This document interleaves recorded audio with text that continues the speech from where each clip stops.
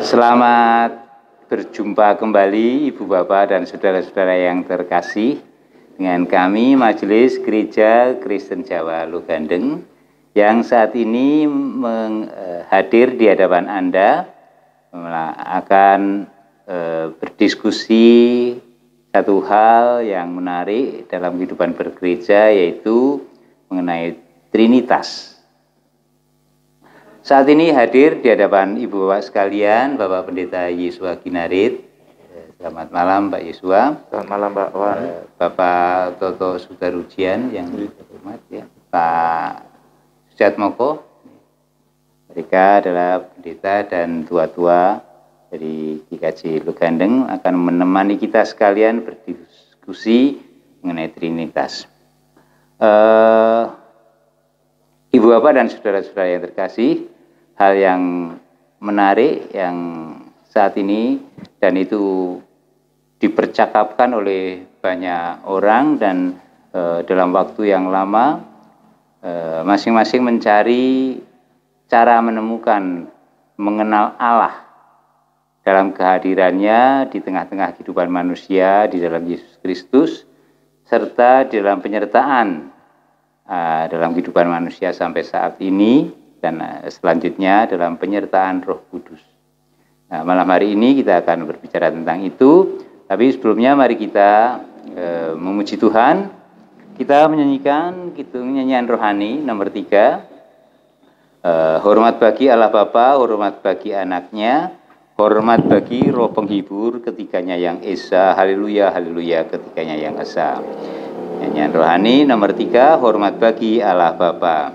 Hormat bagi Allah Bapa, hormat bagi anaknya, hormat bagi Roh Penghibur ketiganya yang esa.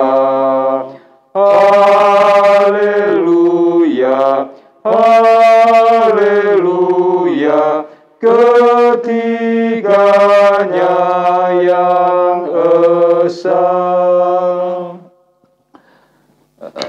Saya mohon Bapak Toto Sudarujian untuk menghantar doa. Silakan. Kita datang pada Tuhan dalam doa. Tuhan Yesus, Bapa Pangis surga, Bapa sumber kehidupan kami, Bapa penolong dalam kehidupan kami. Kami bersyukur Tuhan karena pada malam hari ini Engkau mempersatukan kami dalam kegiatan Sarasehan untuk mempercakapkan beberapa pertanyaan yang akan kami diskusikan. Kiranya Engkau berkenan hadir di tengah kami, memampukan kami semua untuk memberikan pencerahan sehingga pertanyaan-pertanyaan, permasalahan-permasalahan menjadikan pengertian bagi kami semuanya akan dapat meningkatkan iman kepercayaan kami kepada Tuhan. Kami serahkan kegiatan pada saat ini ke tangan-Mu sepenuhnya. Kami percaya Engkau yang mampukan kami semuanya untuk mengerti, untuk memahami tentang rencana-Mu yang indah dalam kehidupan kami. Kami serahkan kegiatan kami pada saat ini sepenuhnya ke dalam tangan kasih kuasa-Mu. Kesalahan dan dosa yang ada dalam doa kami, kiranya Tuhan ampuni. Dalam Yesus Kristus, Juru Selamat kami yang hidup, kami menaikkan doa ini. Terima kasih Tuhan. Haleluya. Amin. Terima kasih Pak Toto, Ibu Bapak dan Bapak-bapak yang hadir di sini. Kiranya kita nanti akan membicarakan tentang Trinitas. Begitu luas pemahaman tentang Trinitas dan berbagai gereja mempunyai cara sendiri-sendiri untuk mencari tahu mengenal tentang kehadiran Allah. Tetapi akan lebih baik kalau kita nanti tetap pada fokus sesuai yang ada dalam acuan kehidupan bergereja kita dalam pokok-pokok ajaran gereja Kristen Jawa gitu ya Pak ya. Iya. Jadi mungkin bisa nanti ke sana kemari, tapi nanti muaranya pasti akan ke situ. Nah, nanti beberapa hal yang perlu dijelaskan oleh Pak Yesua. Nanti kalau ada penjelasan yang kurang dalam atau nanti kurang terang gitu, barangkali Pak Gedung bisa memberi pertanyaan atau mohon penjelasan yang lebih lanjut. Pak Toto juga demikian. Nanti kalau saya mampu untuk ikut terlibat dalam penjelasan ini, saya akan urun rembuk begitu. Itu kira-kira yang akan terjadi dalam percakapan kita malam hari ini, saat ini. Ini ya, materinya agak seksi ya istilah kita. Ya, saya menarik. Bahannya menarik. Ya, menarik.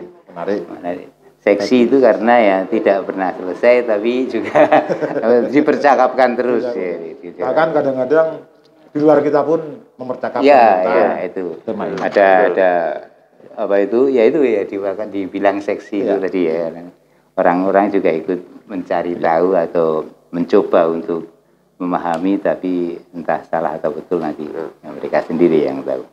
Gitu kira-kira. Pak Yesua silakan untuk memberi pemahaman awal bagi jemaat untuk memahami tentang Trinitas. Monggo silakan. Baik, terima kasih Pak Pendeta Kantor Prastawa yang telah memberikan waktu.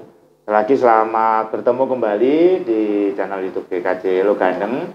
Bapak Ibu Saudara yang dikasih oleh Tuhan Yesus Kristus, ketika kita berbicara tentang Tritunggal atau tentang Trinitas, pasti ada yang membayangkan atau mempunyai persepsi bahwa Tuhan atau yang kita pelajari atau yang kita mengerti pada saat ini sesuatu yang berwujud atau sesuatu yang mempunyai tiga hal.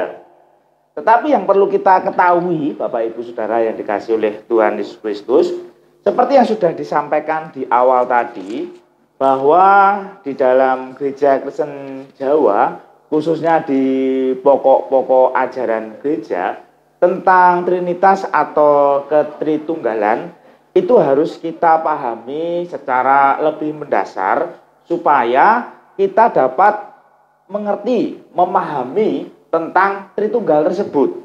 Jangan sampai Tritunggal atau Trinitas itu menjadi pemikiran yang nanti salah kaprah.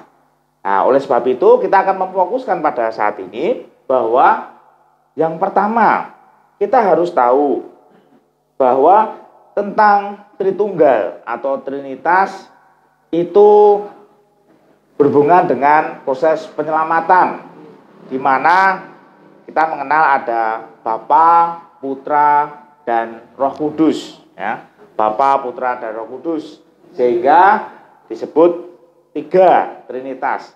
Tetapi yang harus kita pahami atau kita perhatikan yaitu adalah bahwa tiga hal ini, Bapa, Putra, dan Roh Kudus, di mana Bapa itu sebagai pencipta, lalu Putra, Yesus itu sebagai penyelamat, Roh Kudus itu penolong, itu bukan sesuatu hal yang disampaikan atau bukan sesuatu hal yang tiga pribadi. Tetapi yang harus kita pahami di sini adalah semua yang disebut dari itu adalah tiga karya. Nah, melalui Bapa, Putra, dan Roh Kudus tersebut ada karya yang dilakukan oleh ketiganya, oleh Bapa, Putra, dan Roh Kudus, yaitu tentang karya keselamatan. Nah, yang harus kita pahami lagi bahwa di dalam ketritunggalan tersebut atau di dalam Trinitas tersebut, hal-hal yang menjadi pertanyaan atau hal-hal yang menjadi kebingungan, bagaimana jadinya Allah yang satu, Allah yang esa, kenapa disebut Tritunggal? Kenapa disebut tiga? Apakah itu akan membuat suatu yang ambigu. Nah, oleh sebab itu kita harus memahami lagi bahwa di dalam ketritunggalan atau Trinitas, khususnya di dalam Gereja Kristen Jawa, Tritunggal di sini adalah sebagai bentuk karya, bukan pribadi. Kalau seseorang itu berpikiran mempunyai pemahaman bahwa Tuhan itu ada tiga, berarti masih memiliki pemikiran bahwa ada tiga pribadi. Padahal di sini dikatakan bahwa di dalam pokok-pokok ajaran gereja juga sudah dinyatakan bahwa Bapa, Putra, dan Roh Kudus adalah tiga karya. Karya itu adalah suatu pekerjaan atau tugas fungsionalnya, di mana ketika kita menganalogikan, kita menggambarkan bahwa seseorang yang mempunyai tiga karya itu pasti satu orang. Artinya karya itu juga berhubungan dengan pekerjaannya. Pekerjaan. Misal gambarannya seorang itu berperan atau berkarya, bekerja sebagai guru. Begitu juga bekerja sebagai seorang bapak atau berperan sebagai orang tua. Begitu juga bisa juga berperan sebagai majelis. Nah, gambaran seperti itu bukan berarti satu orang tadi menjadi tiga, tetapi satu orang tadi memiliki karya atau memiliki tiga pekerjaan atau tiga yang harus menjadi tugasnya sebagai orang tua, sebagai pradoto atau majelis atau sebagai guru. Nah, gambaran ini yang harus kita pahami sehingga ketritunggalan atau Trinitas yang sering kita pahami atau mungkin dan tanda kutip tadi ada yang berpikiran bahwa Tritunggal itu adalah tiga pribadi, itu bukan seperti itu, tetapi adalah tiga karya, tiga pekerjaan yang dimana semuanya itu saling berkaitan antara satu dengan yang lain. Ketika di mana Bapa, Putra, dan Roh Kudus, pencipta, selamat, dan penolong, itu juga menjadi suatu bagian yang utuh, tidak bisa terpisahkan satu dengan yang lainnya. Nah, oleh sebab itu, saudara-saudara yang dikasihi oleh Tuhan Yesus Kristus, di dalam pemahaman kita pada saat ini tentang Trinitas, ketritunggalan Allah, Allah yang Tritunggal itu bukan tiga pribadi, bukan berarti tiga Allah, tetapi Allah yang satu. Allah yang satu, Allah yang esa, tetapi memiliki tiga karya. Karya pencipta, penyelamatan, dan penolong melalui Bapa, Putra, dan Roh Kudus. Itu yang dapat kita pahami atau dapat kita mengerti bersama-sama di dalam arti ketritunggalan atau Trinitas ini. Sehingga kita jangan sampai salah pemahaman ketika kita berbicara tentang Trinitas atau ketritunggalan itu menjadi tiga pribadi. Kalau tiga pribadi itu gambarannya seperti ada Pak Gandum, saya, dan Pak Toto. Itu tiga pribadi. Jadi tiga orang. Tetapi berbeda ketika menjadi tiga karya. Atau berbeda ketika kita memahaminya sebagai satu pribadi itu memiliki tiga karya atau tiga pekerjaan. Nah, Bapak Ibu, saudara-saudara yang dikasihi oleh Tuhan Yesus Kristus, pada saat ini kita akan bersama-sama berdiskusi, bersama-sama mengenal lebih dalam tentang Trinitas, ketritunggalan Allah. Sehingga jangan sampai kita itu menjadi salah kaprah, terutama di dalam ketritunggalan di Gereja Kristen Jawa. Kita harus lebih memahami dan mengerti supaya kita lebih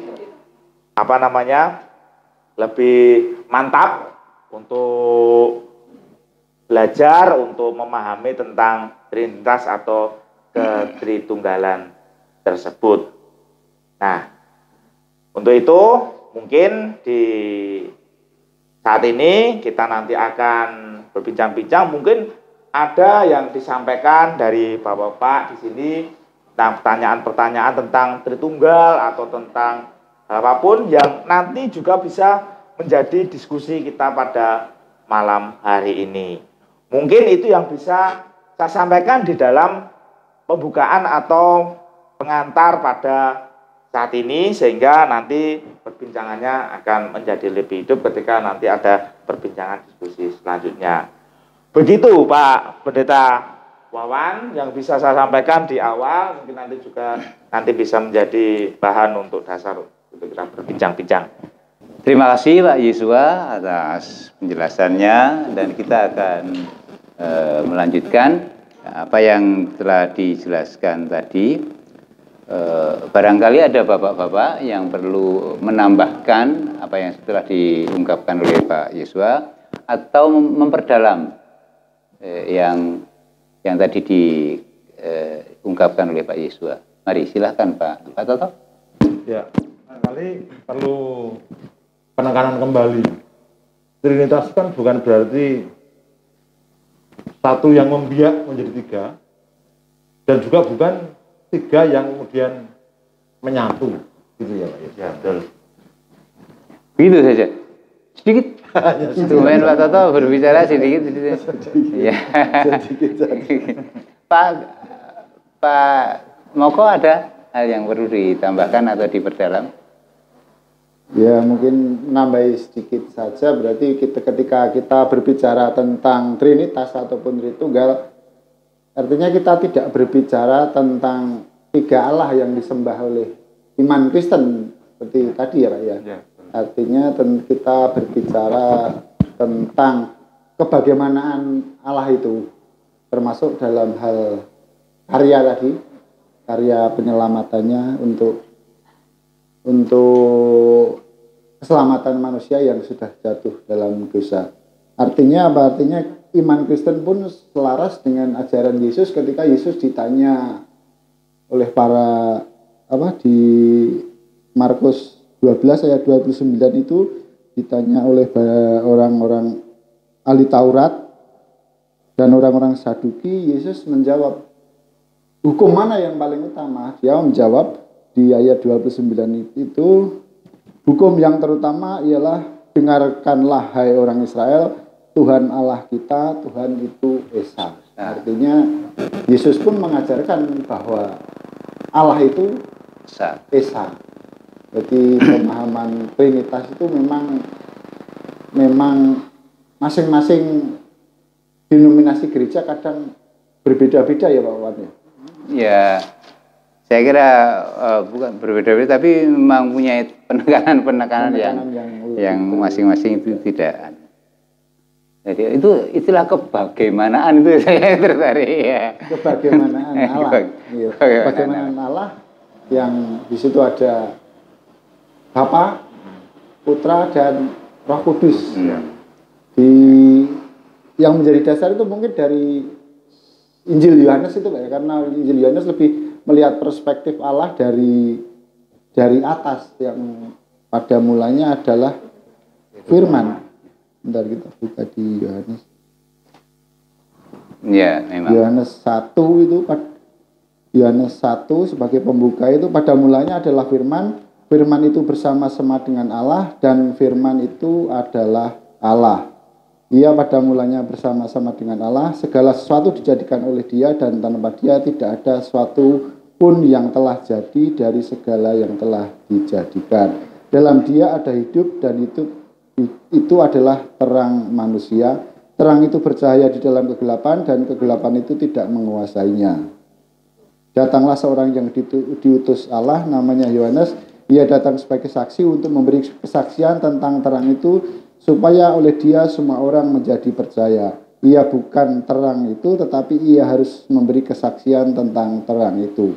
Terang yang sesungguhnya yang menerangi setiap orang sedang datang ke dalam dunia. Kemudian ayat yang ke-14, firman itu telah menjadi manusia dan diam di antara kita. Itu kan berarti tentang kebagaimanaan Allah. Allah yang dengan firman-Nya adalah satu, berarti kita berbicara tentang kebagaimanaan Allah itu Allah sebagai eksistensi Allah, kemudian firman Allah yang adalah juga Allah diterangkan dalam Injil Yohanes tadi, kemudian ada juga Roh Allah yang ketiganya itu satu di dalam Allah. Ibarat kata saya dan omongan saya dan roh saya kan tidak mungkin terpisah-pisah gitu.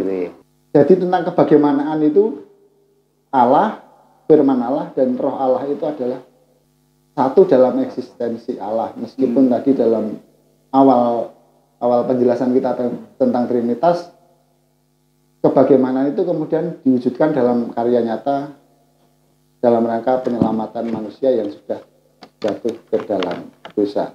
Ditambahkan lagi Pak Moko di dalam Yohanes 10 ayat 30 itu juga dijelaskan bahwa 10 ayat 30 itu nanti coba dibacakan bahwa di dalam tiga hal tadi itu bukan tiga, jadi Bapa, Putra dan Roh Kudus itu bukan tiga pribadi tapi satu kesatuan. Coba dibacakan. Ayat 30, Yohanes 10 ayat 30. Aku dan Bapa adalah satu. Oke, Pak ya? Ya. Aku dan Bapa adalah satu. Jadi itu merupakan satu kesatuan, bukan menjadi yang terpisah. Berarti lebih melihatnya Trinitas itu tentang kebagaimanaan Allah yang dengan firman-Nya dan juga rohnya itu adalah satu kesatuan. Jadi bukan tiga hal yang terpisah. Tiga hal yang terpisah, tapi lebih ke bagaimana Allah tadi dengan melekatnya firman Allah dan roh Allah dan eksistensi Allah ataupun keberadaan Allah itu. Ya, terima kasih tambahannya Pak Moko. Masih ada yang dijelaskan lagi Pak Yesua atau kita melangkah lebih lanjut lagi? Karena di sini yang kita bahas masih dalam membahas tentang Allah Bapa. Tadi Pak Yesua mengatakan sebagai Allah yang menciptakan, kemudian di situ kita menyebut Bapa, kemudian Allah Anak, sekalipun Allah Anak itu belum begitu dikupas lebih dalam, tapi ada satu hal yang belum disentuh secara lebih luas, itu tentang Roh Kudus. Nada 3. Mari ada yang ditambahkan. Jadi di dalam tiga hal tadi, dalam Trinitas tadi, Bapa, kita, Allah Pengamat dan Roh Kudus sebagai penolong, bahwa roh yang dimana menjadi kesatuan, menjadi Roh Kudus, itu kita harus memahami. Artinya ketika Roh Kudus yang sebagai penolong, ketika Yesus sudah naik ke surga dan Roh Kudus itu menyertai para murid-muridnya, maka dari situlah Roh Kudus itu sebagai penolong untuk menyertai para murid itu untuk menyampaikan, menyebarkan apa yang menjadi ajaran Yesus pada waktu itu sampai pada saat ini. Nah, oleh sebab itu satu kesatuan yang dimana Bapa, Putra dan Roh Kudus itu adalah hal yang tidak bisa dipisahkan, tetapi menjadi satu hal yang penting, bahwa di dalam Bapa, Putra dan Roh Kudus itu akan menjadi hal pengertian kita bersama, bahwa di dalam Bapa, Putra dan Roh Kudus itu nanti juga ada keselamatan. Oke, saya juga berusaha untuk memahami tentang Trinitas sesuai dengan kapasitas kemampuan saya berpikir. Saya sangat terbantu dengan Injil yang disaksikan oleh Yohanes ini, pasal 1 ayat 1 dan ayat 14 itu, bahwa dikatakan pada mulanya adalah firman, dan firman itu bersama-sama dengan Allah, dan firman itu adalah Allah. Jadi kalau firman itu adalah Allah, kemudian saya berlari ke Kejadian itu, dalam penciptaan itu Allah berfirman, kemudian roh Allah melayang-layang, kemudian dia berfirman, jadilah terang, jadi kemudian jadi. Di sini yang di Yohanes dan ingin menjelaskan tentang penciptaan itu terjadi melalui firman. Allah berfirman, kemudian terang. Kemudian yang selanjutnya tentang memahami, karena dalam percakapan-percakapan di luar orang Kristen sering digumulkan, Allahnya orang Kristen kok mempunyai anak, itu kan, itu bisa ada yang bisa diungkapkan gitu. Ya, Bang, benar. Ada yang berpikiran atau ada yang mempunyai pendapat, kenapa ada Allahnya orang Kristen itu memiliki anak, atau tadi yang sebutannya putra. Apakah Allahnya orang Kristen itu tadi mempunyai ibu atau bagaimana? Yang harus kita pahami di sini adalah bahwa keberadaan anak atau putra di sini bukan sebagai gambaran biologis, tetapi gambaran sebagai sebutan, tapi bukan sebutan biologis.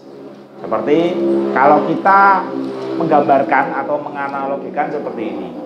Kalau Pak Sudatmoko itu lahir di Gunung Kidul, ketika pergi ke luar kota atau pergi keluar daerahnya, pasti Bapak Sudatmoko akan diberikan label atau akan digambarkan sebagai putra Gunung Kidul. Nah, kalau putra Gunung Kidul atau sebagai anak Gunung Kidul, apakah nanti juga menggambarkan mempunyai bapak dari Gunung Kidul? Kan bukan seperti itu. Nah, begitu juga gambaran tentang putra atau Allah ini. Putra sebagai anak, sebagai gambaran dari Tritunggal tadi, itu bukan sebagai sebutan biologis, tetapi di sini merupakan karya. Jadi karya penyelamatan anak yang sebagai putra, sebagai di dalam diri Yesus Kristus itu menyelamatkan manusia, supaya manusia yang berdosa itu menjadi bertobat dan bisa merasakan kasih karunia Allah, yaitu keselamatan. Seperti itu, Pak Kawan. Oke, mari Bapak Ibu, Bapak-bapak ada tambahan penjelasan untuk. Ya, mungkin nambah sedikit ya Pak, untuk tentang makna kata anak Allah itu, seperti yang Pak Yesua ungkapkan tadi, memang makna kata Allah tidak bisa secara otomatis pikiran kita berpikir secara biologis, sehingga iman Kristen pun juga sepakat bahwa Allah itu tidak beranak dan tidak diperanakkan.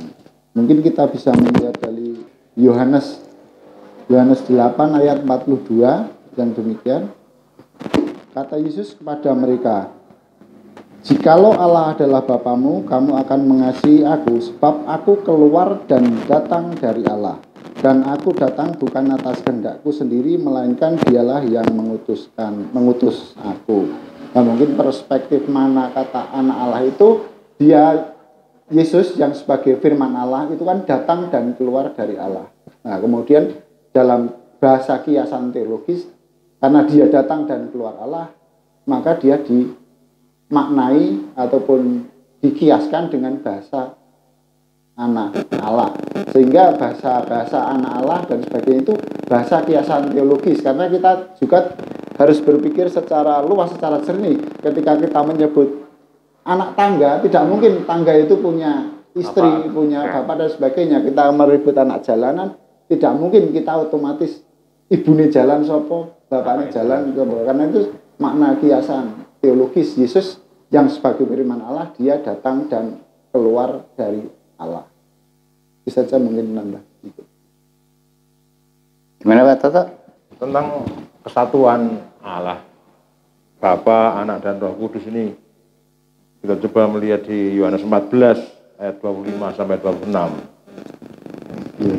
14 ayat 25 sampai 26. Demikian. Semuanya itu kukatakan kepadamu selagi aku berada bersama-sama dengan kamu. Akunya itu akunya Yesus. Tetapi penghibur yaitu Roh Kudus yang akan diutus oleh Bapa dalam namaku.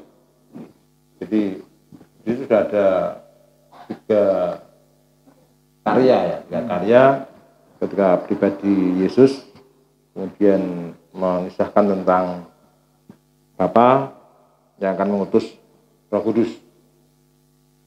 Dialah yang akan mengajarkan segala sesuatu kepadamu dan akan mengingatkan kamu akan semua yang telah kukatakan kepadamu. Jadi 2 ayat tadi hasil browsing saya, bukan pengetahuan saya ini, mengisahkan bagaimana Yesus menyatakan tentang Bapa yang akan menjadikan Roh Kudus sebagai suatu kesatuan sepertinya dalam karya proses penyelamatan.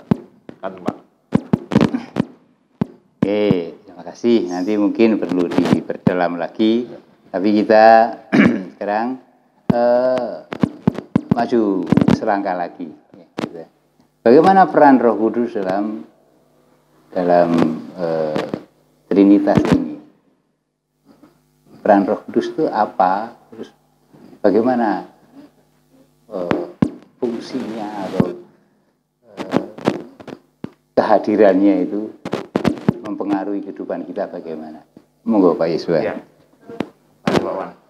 Peran atau fungsi Roh Kudus, di mana Roh Kudus itu sudah diturunkan kepada para murid, yaitu menolong, menguatkan, dan membantu supaya para murid atau sebagai pengikut Yesus pada waktu itu kepada saat ini juga memiliki kekuatan di dalam menyampaikan ajaran, menyampaikan apa yang sudah diajarkan Yesus.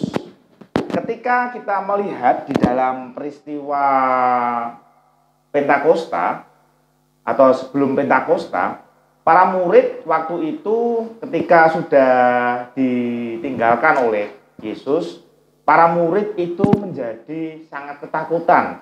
Para murid tidak memiliki rasa percaya diri, para murid tidak memiliki keberanian di dalam hal menyampaikan atau memberitakan apa yang pernah diajarkan Yesus kepada para murid pada waktu itu. Sehingga ketika Yesus sudah dalam tanda kutip dianggap para murid itu sudah tidak ada dan bersama-sama dengan mereka di dalam dunia, mereka menjadi sangat ketakutan dan bersembunyi. Tetapi yang menjadi perhatian kita pada saat ini yaitu bahwa peran Roh Kudus pada waktu itu Yesus menyampaikan ketika bertemu dengan para murid bahwa akan bertemu di suatu tempat dan Yesus juga berjanji akan memberikan penolong untuk mereka. Ketika mereka sudah diberikan janji untuk diberikan penolong, maka para murid berkumpul sehingga peristiwa turunnya Roh Kudus pada waktu itu lalu membuat para murid itu menjadi berani, menjadi kuat lagi. Peran kuasa Roh Kudus yang menguatkan itu juga menolong mereka di dalam para murid itu bekerja, di dalam para murid itu menyampaikan apa yang telah diajarkan Yesus kepada mereka. Di dalam peristiwa tersebut, para murid menjadi tertolong dalam menyampaikan firman. Dan begitu juga di dalam kehidupan kita.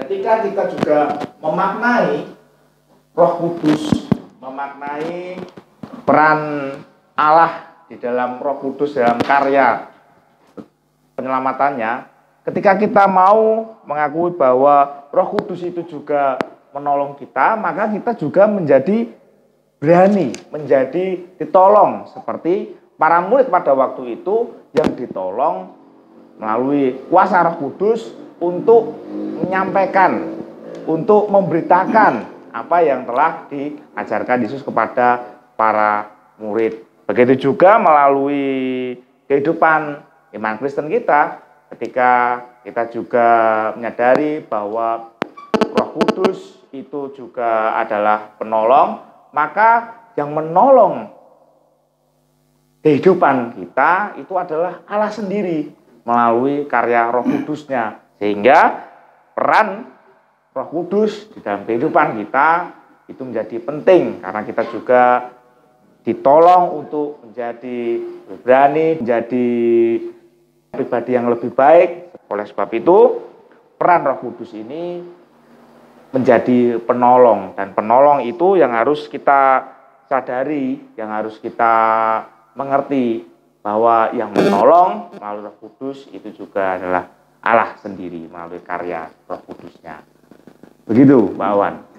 Mari, ada yang perlu diperdalam? Ya, menambahi sedikit untuk tentang Roh Kudus ini dalam Yohanes 8 Yohanes 15 ayat yang ke-26. Di sini dituliskan begini, jikalau penghibur yang akan kuutus dari Bapa datang, yaitu Roh kebenaran yang keluar dari Bapa, ia akan bersaksi tentang aku.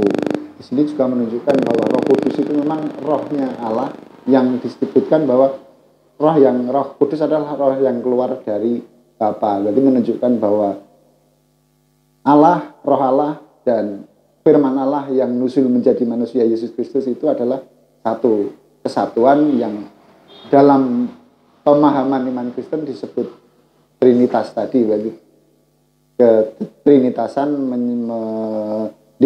mendefinisikan tentang kebagaimana Allah dengan firman-Nya dan juga dengan rohnya untuk karya penebusan manusia yang sudah jatuh ke dalam dosa.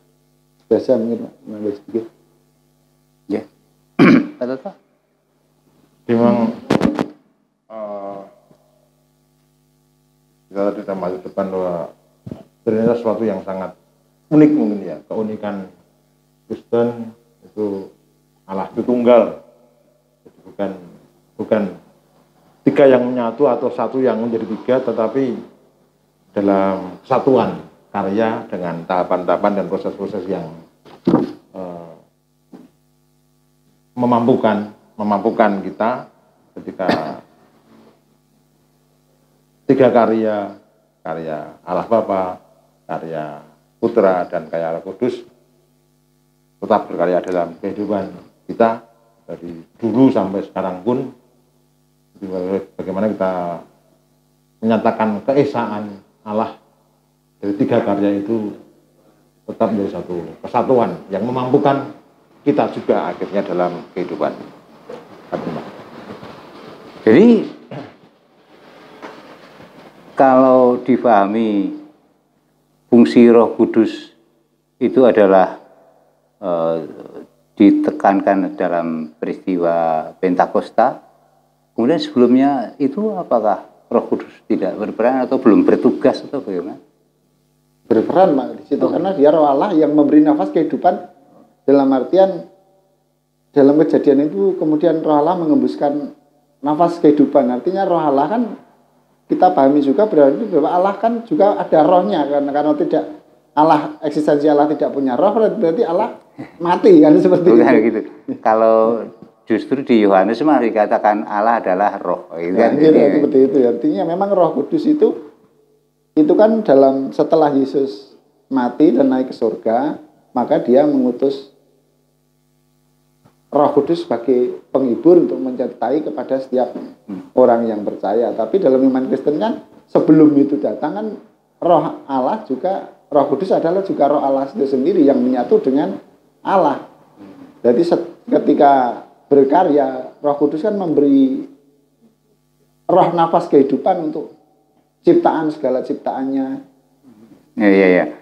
Yang berbeda ciptaan Allah, cara memberi kehidupannya itu memang berbeda antara ciptaan-ciptaan yang lain, tumbuh-tumbuhan, binatang, dan manusia berbeda.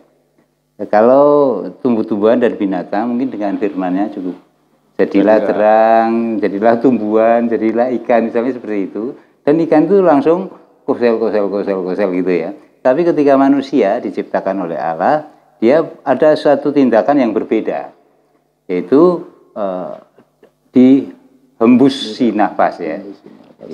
Jadi ini roh ya. Jadi inilah bedanya antara ciptaan Tuhan, antara manusia dan yang lain ya. Ada jiwanya, ada itu, tapi rohnya itu mungkin perlu didiskusikan lagi. Tapi saya menekankan bahwa keistimewaan kehidupan ciptaan Tuhan yang namanya manusia itu diciptakan dengan sebuah hembusan yang menjadi itu hidup. Jadi artinya begini ya, berarti roh Allah itu tidak bertugas setelah Yesus meninggal. Yesus sudah ya, karena dalam ciptaan Kejadian sudah dikatakan roh Allah melayang-layang, kemudian melihat bahwa itu perlu dibeginikan itu. Jadi kemudian di Yohanes sendiri ditekankan bahwa Allah adalah roh, barang siapa menyembah Allah, menyembah dalam roh dan kebenaran. Artinya Allah sendiri itu bekerja di segala masa.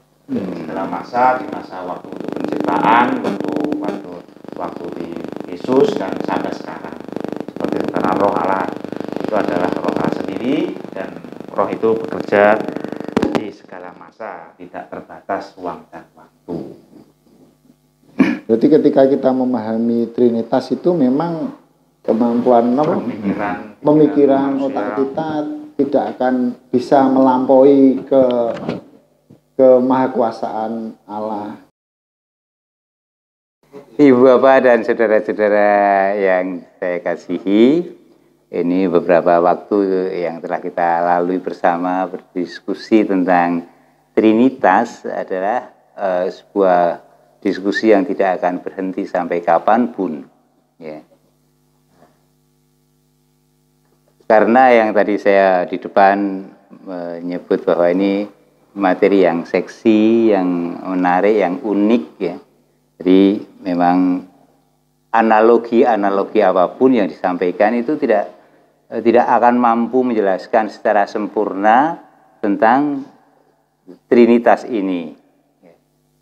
Nah, Ibu Bapak, tapi seberapapun usaha kita tadi telah kita lakukan bersama-sama mempercakapkan tentang Trinitas yang pasti dalam iman kita bahwa kita meyakini Allah dalam Bapa yang menciptakan langit dan bumi, yang memberi kehidupan itu ingin ciptaannya itu senantiasa menjadi baik kembali setelah jatuh dalam dosa, dan dalam kerangka untuk mengembalikan, memulihkan ciptaannya itu Allah dalam karyanya hadir di tengah-tengah kehidupan manusia, menjadi manusia.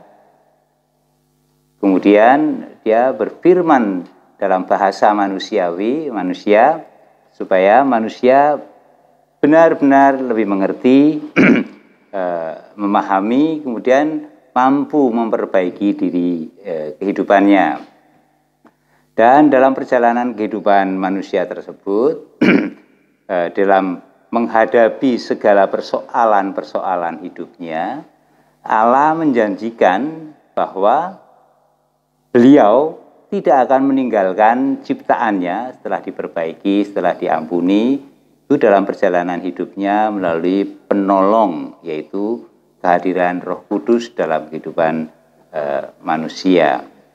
Tetapi usaha yang dilakukan itu sangat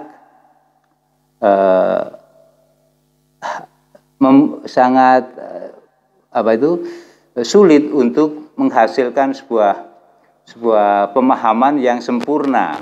Karena apa? Karena yang jelas bahwa kita ciptaan Allah itu menjelaskan tentang yang menciptakan, suatu yang imanen menjelaskan yang transenden. Itu sangat sulit sekali.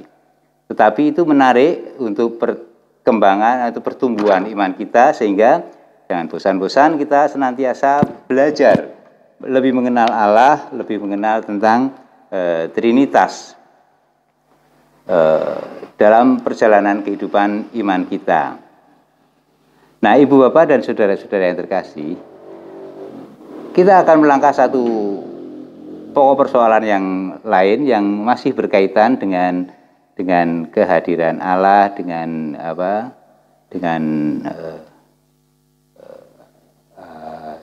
jabatan yang diemban oleh yang diutus oleh Allah.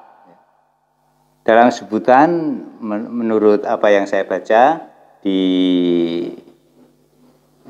WA yang sudah disampaikan ke majelis gereja, itu melalui Kisah Para Rasul ya, Kisah Para Rasul pasal 2 ayat 36 kalau tidak salah, coba saya baca. Jadi seluruh kaum Israel harus tahu dengan pasti bahwa Allah telah membuat Yesus yang kamu salibkan itu menjadi Tuhan dan Kristus. Allah telah membuat Yesus yang kamu salibkan itu menjadi Tuhan dan Kristus. Ini jangan, cara membacanya mungkin kita perlu hati-hati ya, kalau kita membacanya salah, bahwa Allah telah membuat Tuhan Yesus. Nah, itu kan salah. Tapi Allah telah membuat Yesus yang kamu salibkan itu menjadi Tuhan dan Kristus. Itu juga ada di Filipi pasal 2 ayat berapa tadi? 20-an kira-kira itu salah. Nah, itu penjelasannya bagaimana? Bisa dijelaskan oleh Pak Yesua, nanti mungkin ditambah oleh Bapak-bapak yang di sini. Mari silakan, Pak. Baik, terima kasih. Untuk penjelasan di dalam Kisah Para Rasul 2 ayat 36, memang kita juga harus berhati-hati bahwa di dalam hal ini kita juga harus memastikan konteks dari firman Tuhan atau bacaan yang terambil dari Kisah Para Rasul 2 ayat 36, yang dimana di sini disampaikan, dikatakan, jadi seluruh kaum Israel harus tahu dengan pasti bahwa Allah telah membuat Yesus yang kamu salibkan itu menjadi Tuhan dan Kristus. Bentar, Pak. Berarti di sini memang ada pembedaan gitu. Pembedaan kata Allah dan Tuhan gitu. Mungkin yang dimaksudkan penjelasannya di sini pembedaan kata Allah dan Tuhan itu apa atau seperti apa? Mungkin seperti itu ya, Pak, dari pertanyaan itu. Ya, nah, melalui perbincangan kita pada saat ini, kita juga harus mengetahui arti atau mengetahui latar belakangnya terlebih dahulu. Di dalam firman atau di dalam Kisah Para Rasul 2 ayat 36, kita harus mengetahui bahwa bangsa Israel pada waktu itu memiliki pemahaman, memiliki pemikiran bahwa ada seseorang yang akan menjadi raja atau menjadi pemimpin untuk membebaskan bangsa Israel dari penjajahan.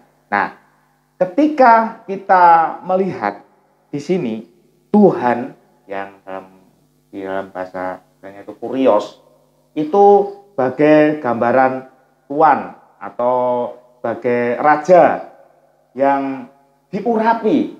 Di sini dikatakan menjadi Tuhan dan Kristus, menjadi Raja yang diurapi. Mengapa Yesus itu menjadi Raja dan diurapi? Nah, ini kita kembali lagi bahwa pada waktu itu bangsa Israel melihat Yesus itu adalah seorang manusia biasa, seorang manusia yang hanya sebagai anak dari tukang kayu, sebagai anak dari Yusuf dan Maria. Sehingga bangsa Israel pada waktu itu atau orang Yahudi pada waktu itu melihat Yesus itu adalah manusia pada umumnya. Tetapi melalui peristiwa penyaliban Yesus, melalui peristiwa kematian lalu kebangkitan, bangsa Israel itu sebenarnya dimengertikan bahwa ketika seseorang atau yang mempunyai kuasa atau Yesus itu disalibkan, mati dan bangkit kembali, itu memperlihatkan atau menyatakan kepada bangsa Israel pada waktu itu bahwa Yesus itu mempunyai kuasa. Kuasa dalam arti ketika pada waktu itu pemahaman bahwa yang mempunyai kuasa itu adalah orang yang mempunyai kekuatan, mempunyai pengaruh, seperti itu. Yesus ini dimengertikan lagi oleh Petrus pada waktu itu kepada bangsa Israel bahwa Yesus yang telah mati itu mempunyai kuasa. Kuasa apa? Kuasa menyelamatkan manusia, kuasa bangkit dari kematian, dan kuasa memberikan keselamatan. Nah, Tuhan dan Kristus ini di mana Yesus yang diberi kuasa dan juga diurapi, Petrus menekankan kepada bangsa Israel pada waktu itu bahwa Allah, di mana Roh Allah sendiri atau Allah sendiri yang berkarya di dalam Yesus, itu dinyatakan bahwa dimengertikan bahwa yang disalibkan, yang disalibkan oleh bangsa pada waktu itu, bangsa Israel, itu sebenarnya adalah Yesus yang mempunyai kuasa yang diurapi. Oleh sebab itu, Petrus ini mengingat kembali atau menitik beratkan lagi bahwa bangsa Israel itu sebenarnya harus lebih paham atau lebih terbuka lagi bahwa Yesus yang mati, bangkit, dan naik surga itu adalah Yesus yang memiliki kuasa yang diurapi, sehingga gambaran Tuhan dan Kristus ini adalah suatu gambaran jabatan, gambaran yang supaya bangsa Israel itu lebih mengerti di mana Yesus di dalam kemanusiaannya itu bukan sebagai manusia yang biasa saja, tetapi manusia yang Allah sejati dan manusia sejati yang diberikan kuasa dan diurapi untuk datang ke dunia menyelamatkan manusia. Seperti itu gambarannya, ketika kita harus memahami di mana Allah telah membuat Yesus yang kamu salibkan itu menjadi Tuhan dan Kristus. Di mana Petrus itu menyadarkan kembali bahwa yang kamu salibkan itu adalah seorang yang sebenarnya memiliki kuasa dan yang sudah diurapi. Pada waktu itu yang diurapi gambarannya adalah seorang raja, karena seorang raja untuk diinisiasi atau diangkat itu memang harus diurapi terlebih dahulu. Begitu gambarannya, seperti itu. Gimana Pak Toto, Pak Kandung? Dalam pemahamanmu, sering kita pahami bukan Tuhan itu mulai bahasa Jawa Gusti Iya. Inggris Lord. Jadi kan Lord ya, Lord. Nah, itu kan berarti kan suatu jabatan, suatu gelar yang khusus ya. Gusti itu Tuhan itu kan gelar khusus bagi suatu apa ya? Penguasaan. Pribadi tentang Allah. Tidak bisa kita mengatakan Gusti itu orang-orang biasa, personal biasa. Kadang-kadang ya, kadang raja. Gusti itu raja, pangeran, Gusti dalam konteks ini ketika apakah Tuhan dengan Allah itu apa bedaannya ya? Ya,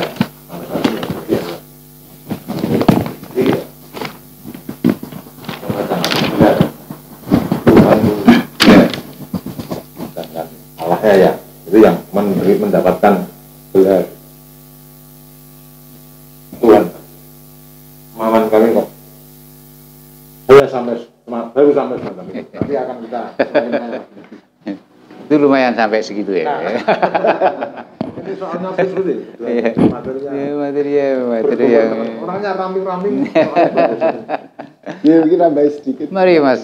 Jadi Pak seperti yang Moko. diselentrekan Pak Yesua tadi berarti memang kata yang kita bilang kata itu kata Allah dan Tuhan itu berbeda secara makna. Ketika kita menyebut Allah, otomatis kita merujuk kepada eksistensi ataupun keberadaan Allah. Mungkin dalam perjanjian lama itu disebut Yahweh ataupun Yehuwa, atau dalam terbitan lain itu Tuhan tapi T besar, U besar, H besar, A besar, N besar. Nah, Tuhan itu dalam artian Allah menunjukkan kepada eksistensi keberadaan Allah. Tetapi ketika kita menyebut sini Tuhan itu lebih kepada gelar atau jabatan yang diberikan, sehingga memang sekali lagi persoalan bahasa ini kadang menjadi apa gitu? Menjadi membatasi pemahaman kita tentang keberbedaan Allah dan Tuhan itu tadi. Kalau dalam bahasa Inggris jelas Lord itu bisa bermakna ganda. Ketika Lord itu bisa berarti Tuhan ataupun bisa berarti Tuan, sehingga ketika kita ada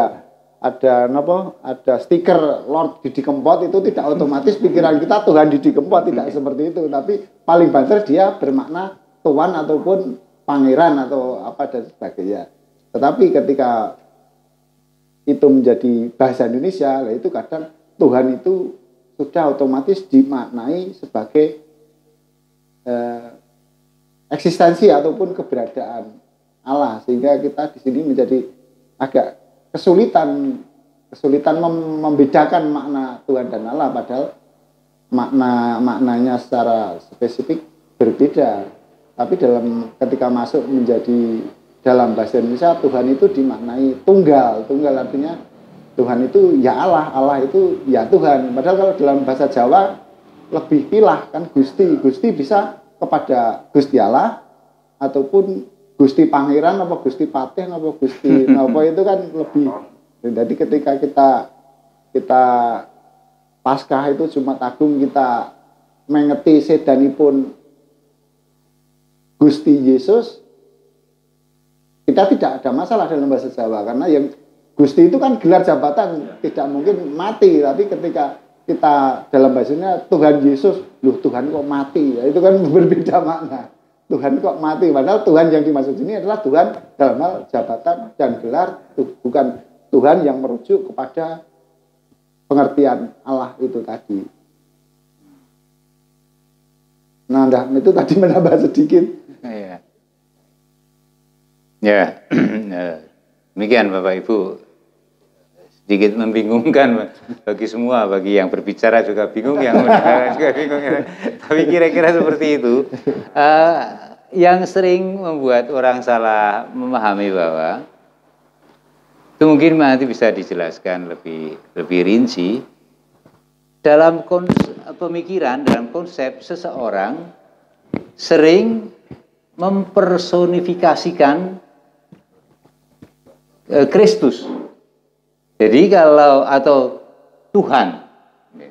Jadi ternyata kalau kita mendengarkan uraian tadi bahwa Tuhan itu bukan person, tapi jabatan. Kristus itu bukan person, yaitu sehingga kalau menyebut Tuhan Yesus Kristus adalah Tuhan Yesus yang mempunyai gelar sebagai penguasa yang sah, yang diurapi, gitu, kira-kira gitu.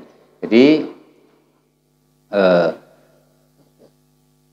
jangan sampai kita salah memahami bahwa Tuhan Kristus itu person. Sering-sering kita pahami menjadi seseorang gitu, tapi ternyata bukan. Sehingga kalau dalam penjelasan di Kisah Para Rasul tadi menjadi Tuhan dan Kristus ya. Jadi yang Allah yang Allah menjadikan Yesus yang kamu salibkan itu sebagai Tuhan dan Kristus. Jadi justru peristiwa penyaliban itu dan selanjutnya itu sebuah proses penyataan rencana Allah untuk mengungkapkan siapa Yesus itu sebenarnya, sehingga melalui proses penyaliban itu kemudian menjadi nyata dan pasti jelas karena kebangkitannya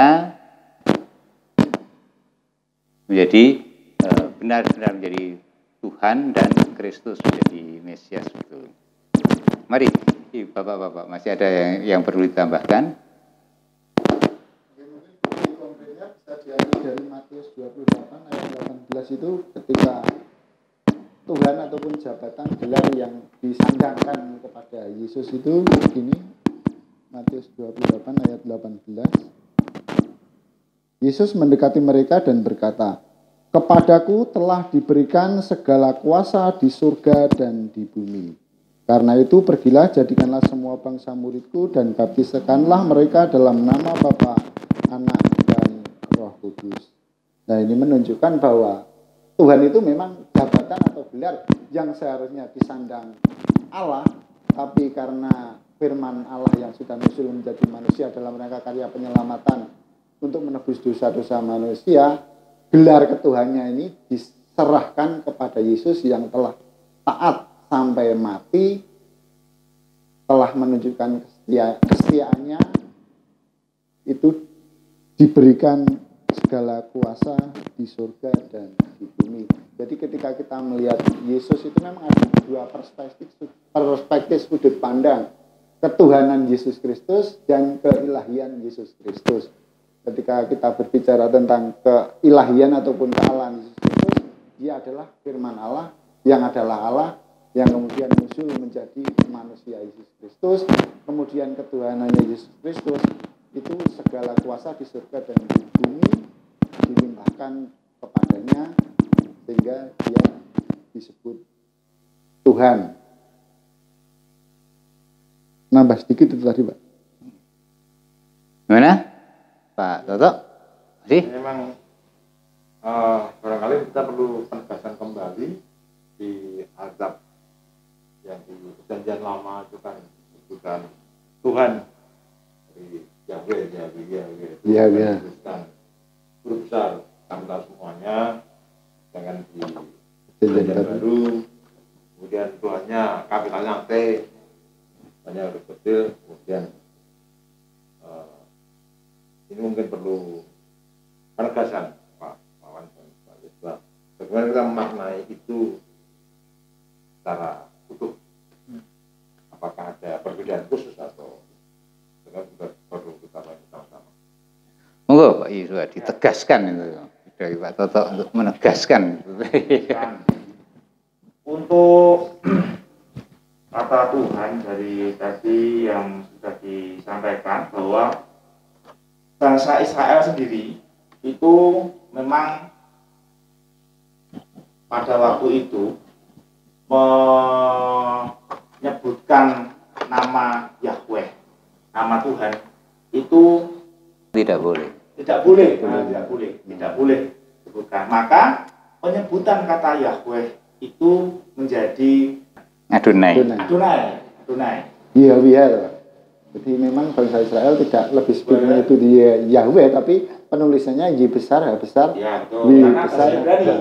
Iya, Karena bahasa Ibrani memang tidak ada vokalnya itu. Yahweh. Adonai. Penyebutan Adonai adalah Tuhan, yaitu yang punya kuasa. Dan kuasa yang mempunyai kuasa itulah yang dianggap oleh bangsa Israel itu yang akan menolong, membimbing, menyertai, sehingga gambaran bangsa Israel pada waktu itu adalah bahwa Tuhan yang dimana sebenarnya adalah Yahweh atau Yahweh tadi itu digelarkan atau disebutkan Adonai. Diucapkan seperti itu sebagai bentuk penghargaan, supaya bangsa Israel juga mengerti bahwa di dalam kehidupan perjalanan spiritual bangsa Israel itu ada yang menyertai, ada yang melindungi, seperti itu. Mungkin begitu, Pak. Oh ya, terima kasih. Jadi sebenarnya hal yang positif bagaimana bangsa Israel itu sangat menghormati, sehingga menyebut nama pun bukan hanya tidak boleh sembarangan, tapi juga tidak boleh disebutkan. Jadi, kalau ada tulisan YHWH itu bacanya mesti Adonai gitu ya. Karena itu bukan penghargaan tapi penghormatan, justru penghormatan yang begitu sinengkernya. Nah, itu pantas ya kita pelajari, kita pahami bagaimana kita juga Allah yang begitu dekat dengan kita dalam kehadirannya di Yesus, dalam kehadiran Yesus Kristus itu sering justru karena beliau hadir dekat kemudian kita kurang hormatnya. Ya, nambah sedikit, Pak. Oh boleh. Ya mungkin jadi Pak Toto tadi menjelaskan bedanya Tuhan huruf gede sama Tuhan huruf kecil di perjanjian lama dan perjanjian baru, yaitu tadi kalau di perjanjian lama T besar, U besar, H besar, A besar, N besar itu merujuk kepada Yahweh tadi. Kemudian ketika dalam perjanjian baru Tuhan kok cuma T-nya yang besar, itu merujuk kepada gelar ataupun kepenguasaan itu tadi. Jadi memang sekali lagi memang bahasa Indonesia tidak menganut kata Tuhan itu bermakna jamak tapi tunggal. Tuhan ya Allah, Allah ya Tuhan, itu yang menjadi semacam kita terpolakan bahwa kita ketika menyebut Tuhan itu sudah otomatis menyebut Allah, padahal dari asal usulnya itu Tuhan itu adalah gelar. Ini kan artinya bahwa antara yang dituliskan di perjanjian lama YHWH kemudian sekarang ya Tuhan, ini kan bukan berarti turun tapi penulisan, konteks penulisan, tapi pemahaman tentang Allah ya tetap sebenarnya tidak sebagai YHWH itu yang kemudian sekarang kita menyebutnya ada Allah Bapa, Putra dan Roh Kudus. Itu nanti kembali ke cerita. Jadi saya mau mengulangi aja apa yang dikatakan oleh Bapak tadi tentang pada konteks yang kedua ini, persoalan yang kedua ini. Jadi kalau dibahasakan demikian bagaimana? YHWH, Yahweh, Adonai, yang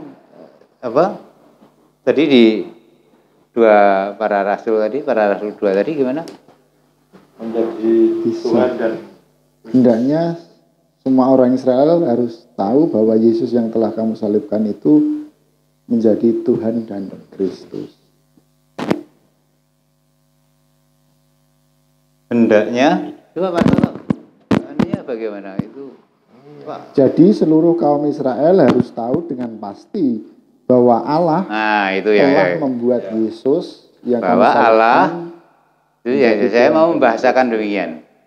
Jadi orang Israel harus tahu pasti bahwa Yahweh, gitu ya kira-kira ya, membuat Yesus yang kamu salibkan itu menjadi Tuhan dan Kristus gitu ya. Jadi seperti itu ya biasanya. Jadi Yahweh itu memberikan, membuat, menganugerahkan, mengaruniakan gelar Tuhan, menganugerahkan gelar Tuhan yang diurapi itu ya, yang Syah itu. Jadi sebetulnya kalau bahasanya seperti itu saya tidak begitu kesulitan untuk memahami. Ya. Yahweh yang menciptakan langit dan bumi itu memberikan gelar kepada Yesus yang kamu salibkan itu sebagai Tuhan dan ya, Kristus. Sehingga ketika kita pun di Jumat Agung kita memperingati atau mengenang kematian Tuhan Yesus Kristus, bukan Tuhan yang merujuk kepada Allah ataupun Yahweh tadi, tapi Tuhan Yesus adalah kemanusiaan Yesus yang diberi gelar Tuhan. Jadi mempermudah pencernaan apa pemikiran kita tentang kata Tuhan tadi. Oh, berarti Tuhan itu bukan personal tapi jabatan atau gelar kemahakuasaan yang disandangkan kepada Yesus. Berarti Tuhan itu tidak mati, itu bukan iman Kristen, bukan seperti itu. Karena Tuhan itu sendiri adalah gelar ataupun jabatan. Oke. Tuh pencernaannya itu juga itu multi tafsir ya. Pencernaannya itu mencerna dan menggiling.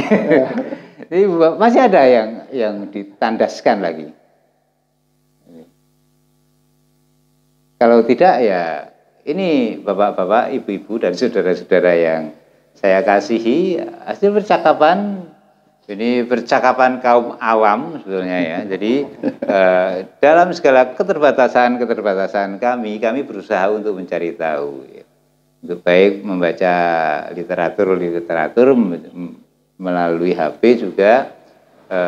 Bagaimana yang dikatakan dalam pertanyaan itu Allah dan Tuhan Kristus yang diungkapkan dalam pertanyaan yang merujuk pada Kisah Para Rasul 2 itu tadi,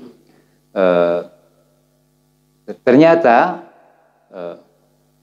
bahwa Allah dalam hal ini adalah Yahweh Adonai itu menganugerahkan, memberi karunia gelar kepada Yesus yang disalib itu menjadi Tuhan yang mempunyai kuasa, mempunyai otoritas.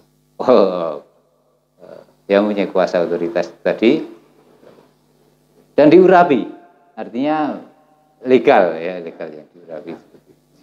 Jadi ini sedikit sulit karena saya juga mau mencatatnya juga sulit juga. Jadi tapi bapak-bapak, ibu-ibu, kalau kita mau mencermati, mendengar secara teliti atau hati-hati, barangkali kita bisa memahami lebih lebih dalam Kisah Para Rasul 2 ayat 36 tadi, dan pada Filipi pasal 2 ayat berapa ya? Saya lupa itu tadi. 9 sampai 11. 9 sampai 11. Nah, demikian bapak-bapak, ibu-ibu, dengan segala keterbatasan kami berusaha untuk bercerita kepada Anda semua, dan pasti tidak ada yang baik, yang lebih baik atau yang sempurna apa yang kami sampaikan kepada ibu bapak, tapi ini menjadi bahan pijakan kepada Anda sekalian untuk bergumul, lebih mengenal lagi tentang baik tentang Trinitas, mengenal lagi tentang Tuhan Yesus Kristus, supaya ketika Anda lebih mengenal lebih dalam, lebih mengenal lebih erat, lebih akrab, Anda pun akan semakin mampu merasakan kehadirannya, akan semakin mampu merasakan usapan kasihnya, sehingga itu akan membangun kehidupan iman Anda, dan Anda akan semakin dikuatkan dalam menjalani kehidupan sehari-hari. Saya kira itu yang saya sampaikan sebagai penutup, dan akhirnya ketika kami bercakap-cakap berempat, pasti ada kesalahannya, ada kekurangannya, kami mohon maaf yang sebesar-besarnya. Tapi inilah yang kami persembahkan kepada Anda, menjadi dasar pergumulan iman Anda lebih terbangun, lebih baik, lebih kuat, dan lebih berani. Tuhan Yesus Kristus kiranya menyertai kita sekalian, sekarang sampai selama-lamanya. Amin. Sampai berjumpa di lain waktu. Pak Bandut, bisa menutup dengan doa. Bapak Ibu Saudara yang terkasih dalam Tuhan Yesus Kristus, yang dimanapun saudara berada, marilah kita akhiri sarasian kita pada malam hari ini. Kita tutup dalam doa. Allah Bapa kami yang bersemayam dalam kerajaan surga yang mulia, yang kami kenal dalam nama Tuhan kami Yesus Kristus, puji syukur karena pada malam hari ini Engkau telah menyertai kami untuk kami bisa bersama-sama mengadakan sarasehan. Kiranya apa yang telah kami perbincangkan pada malam hari ini bisa menambah pengetahuan, wawasan tentang keimanan kami, menambah pengetahuan kami tentang Engkau sebagai satu-satunya Allah yang besar, dan bisa memaknai tentang Yesus Kristus sebagai Tuhan dan Juru Selamat kami.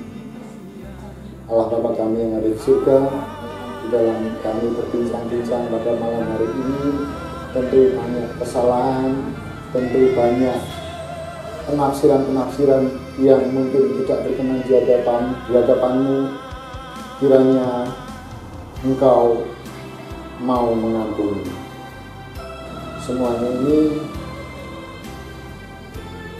Kami minta hanya di dalam nama Tuhan kami Yesus Kristus kami telah berdoa, berserah diri, memohon serta mengucap syukur.